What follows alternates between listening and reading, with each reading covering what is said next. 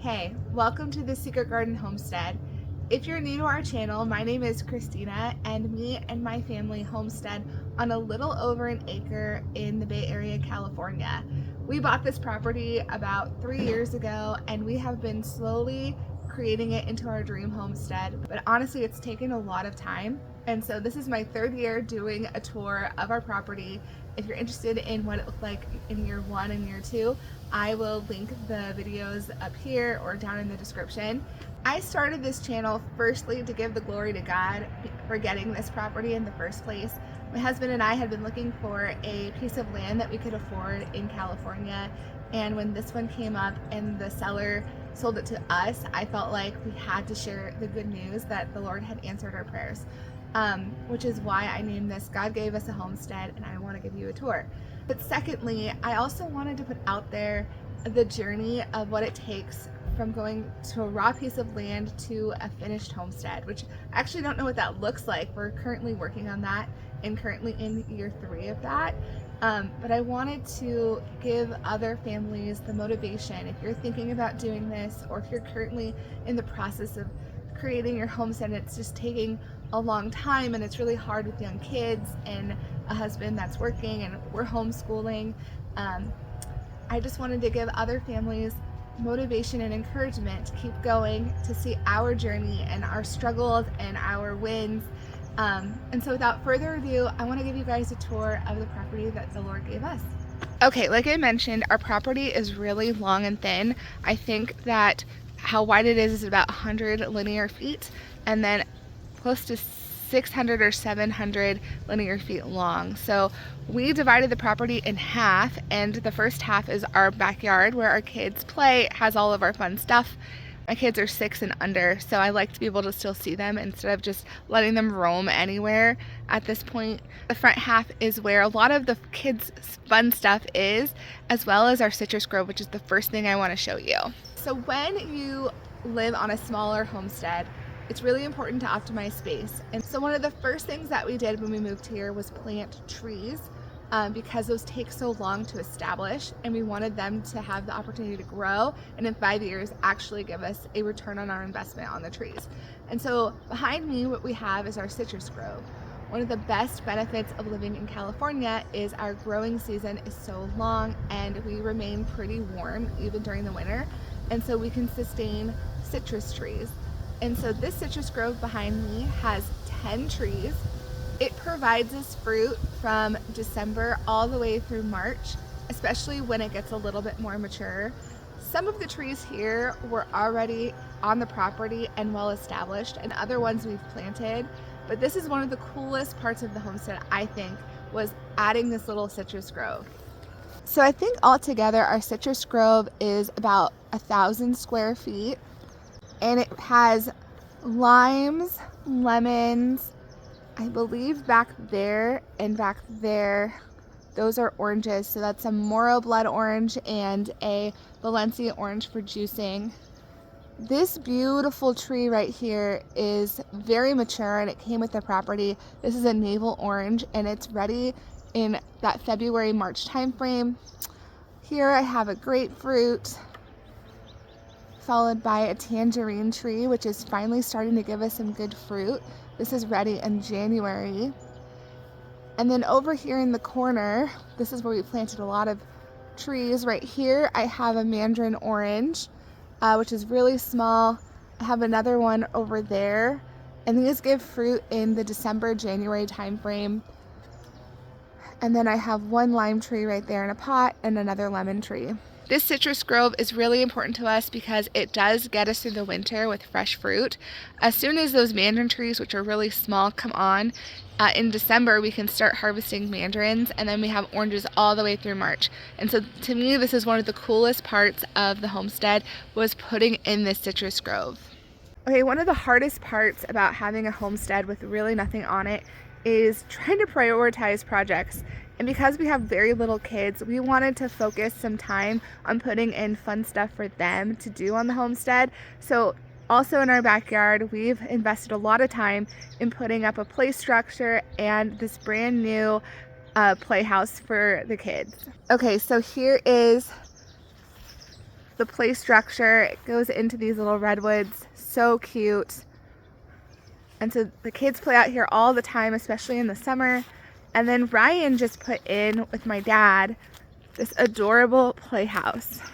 When I was a little girl, my dad built for me on his suburban home a playhouse that was a really cute Victorian. He was a builder. And I wanted to bring that playhouse to this property, but it would have been way too expensive. We couldn't have afforded that. And so Ryan and I had the idea of just buying one that was a kit that was really well made. This is the inside. They're still working on it. It's kind of silly to invest so much time into a playhouse, but I really think it adds some cute nostalgia and charm to a property. I think when people come and they see a really dolled up playhouse, it just adds the X factor to the property, and it's just so cute. And so I definitely, when we bought our homestead, wanted to put the most adorable little playhouse on it.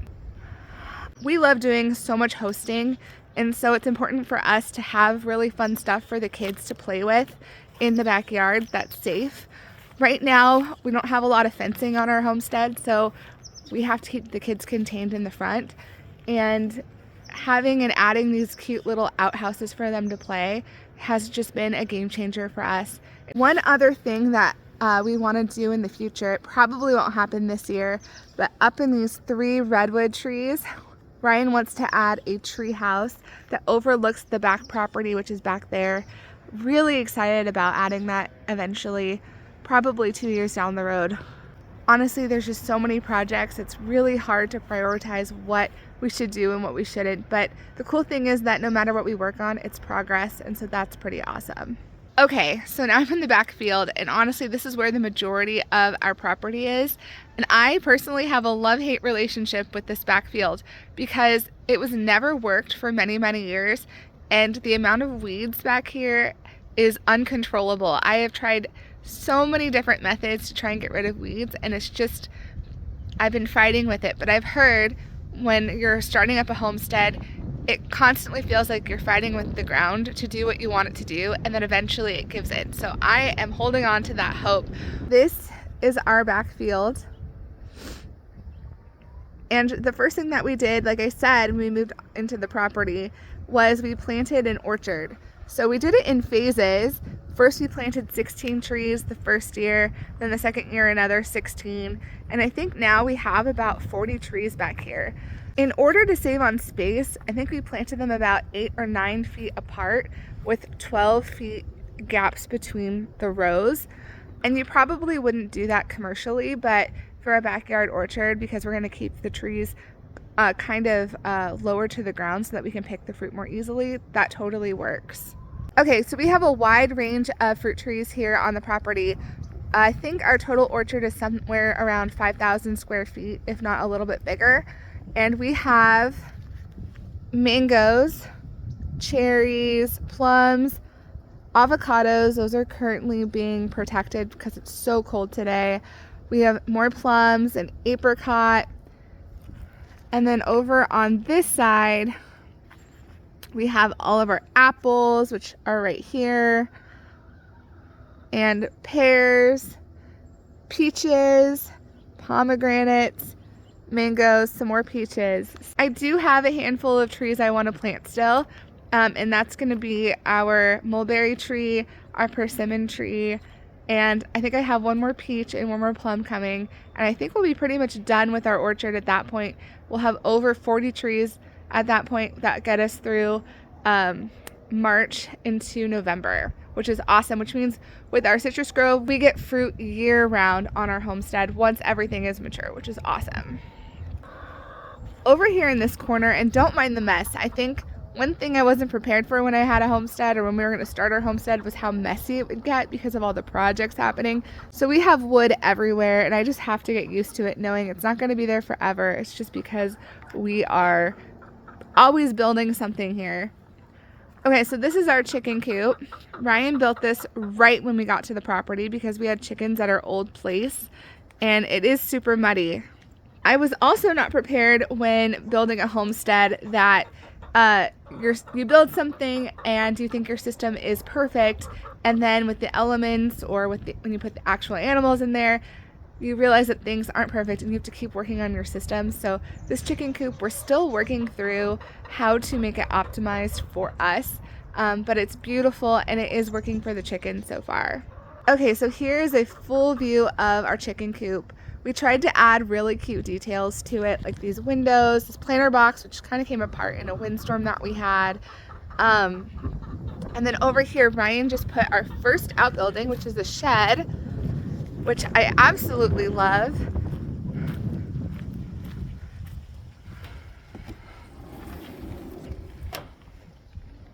And in here houses all things that are chicken, and a couple tools. But what I mainly love about it is that our roosting boxes are right here. Okay, so anyway, that's our chicken coop and shed. I have a video of building this chicken coop. This is like one of our first videos 2 years ago. I'll put it right here if you guys want to watch it. One thing that we are planning on doing, because I absolutely love the aesthetic of this chicken coop, is adding a duck coop over on the other side for some symmetry. And so we'll have ducks here eventually. I don't know if this will be a project for this year or next year or the year after that, but that is what's going to go there, and I'm excited for when that happens. So on this orchard behind me, it is so hard to see, but we actually did Back to Eden on this orchard, and it was covered in wood chips. And if I look behind me, it just looks like a carpet of grass, which is so discouraging.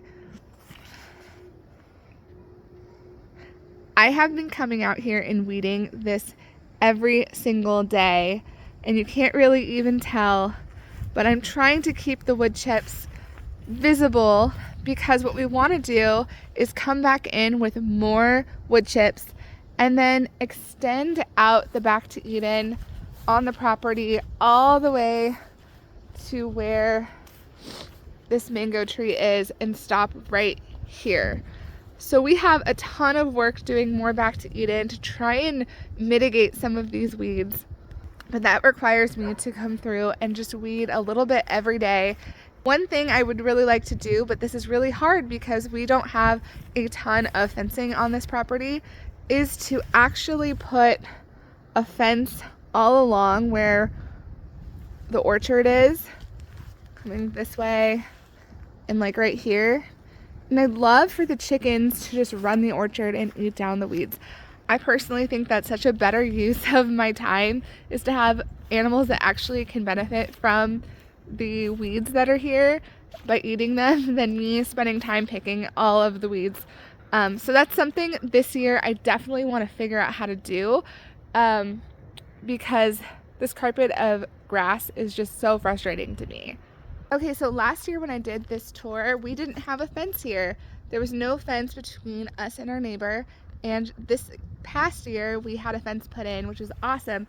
So one unique use of space that we wanted to do was build a grape arbor into the fence, and then be able to still have a path to drive a car down. And so we have a path that goes to the very front of our property.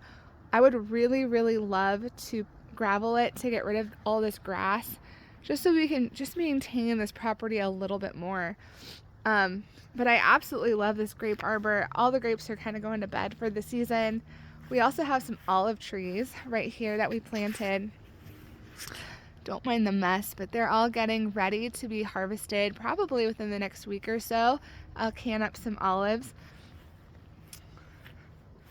And I have a couple more beds. Like this bed is completely full of grapes. And here's another olive tree that I already harvested all the green olives off of and canned those up. And so I have a little more space for some more grapes in this bed. And then over here, Ryan's gonna build a little seating area, maybe with a fire pit down the line. That's a project that we'd love for it to happen, but it's just not gonna happen this year. Okay, and when we bought this property, there was actually a barn on it, but it was very dilapidated. And so we spent this year taking down the barn. We have a video of that too, I'll put that right here.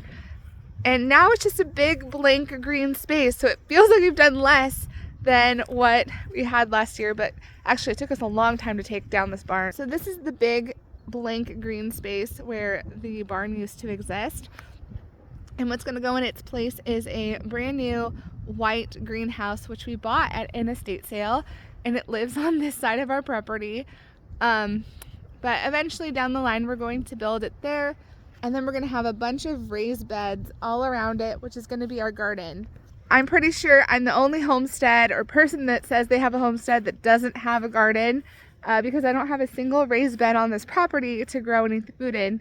And that's okay. We are slowly working our way there. In fact, Ryan just got a tiller and rented it, and he's going to be putting in water to this little spot over here, which is actually not very little, and this is going to be our berry patch. So our berry patch is likely going to be about 1,000 square feet, and we're going to have 3 raised beds, I think in blocks of like 2 or 3, and we're going to be planting raspberries, blackberries, blueberries, mulberries, elderberries, strawberries, and I'm really, really excited about this project. I actually bought all of the berries at the tail end of last year, so they're all here, but I'm just waiting for this project to get going so that we can start planting. But this would be like the first time in so many years since buying this property that I would actually have a raised bed, and Ryan did even tell me he'll give me an extra bed for planting cucumbers and tomatoes. Okay, so now that you've seen our berry patch, or what will be our berry patch, everything else that's here is just still raw land, which is great. This whole property just explodes and the grass will get really, really big. And so what I want to do is put sheep on this property. And then also our neighbor has a huge pasture, which the same thing happens where his grass grows really tall. So I'd love to just rent that out because they don't have any animals on that property. And so putting some sheep there I think would be super, super awesome. But I'm not sure when we're going to be able to have the time to do that, or when Ryan's going to be able to do that for us. But for the past 5 years, we have been butchering our own cows for meat. And that's because my parents have 100 acres close by and they raise cattle. But I would love to have our own source of protein outside of chickens on our 1 acre homestead. And so I think sheep is a really good option. I love sheep. I think our friends found some hardy sheep that they think that we could raise here. So maybe within a few years we can get some sheep on our property, which would be so awesome. I think right now our property just doesn't have a lot of life to it yet. We're still working on a lot of the infrastructure, but it'd be fun to add some dogs and sheep and ducks. And so I'm really excited for just adding more life to the homestead in years 4 and 5 probably. We have way more potential still on this homestead, and it is slow going because Ryan works a full-time job and I'm usually inside with the little kiddos. But it didn't feel like even in year 2 we made a ton of progress, but looking back, we did so much. And so I just know that if we just keep one foot in front of the other, the Lord blesses it. And when you go to look back on what you did in a year, it was actually a lot. So I'm really excited for what we're going to tackle this year. I do post videos 1 or 2 times a month, so if you're interested in following our journey, please like and subscribe this video. We so love every subscriber that has commented, prayed for us, given us words of encouragement as we've gone through this journey. So anyway, I hope that you guys have a wonderful day, and I'll catch you in 2026 for year 3 of our homestead journey.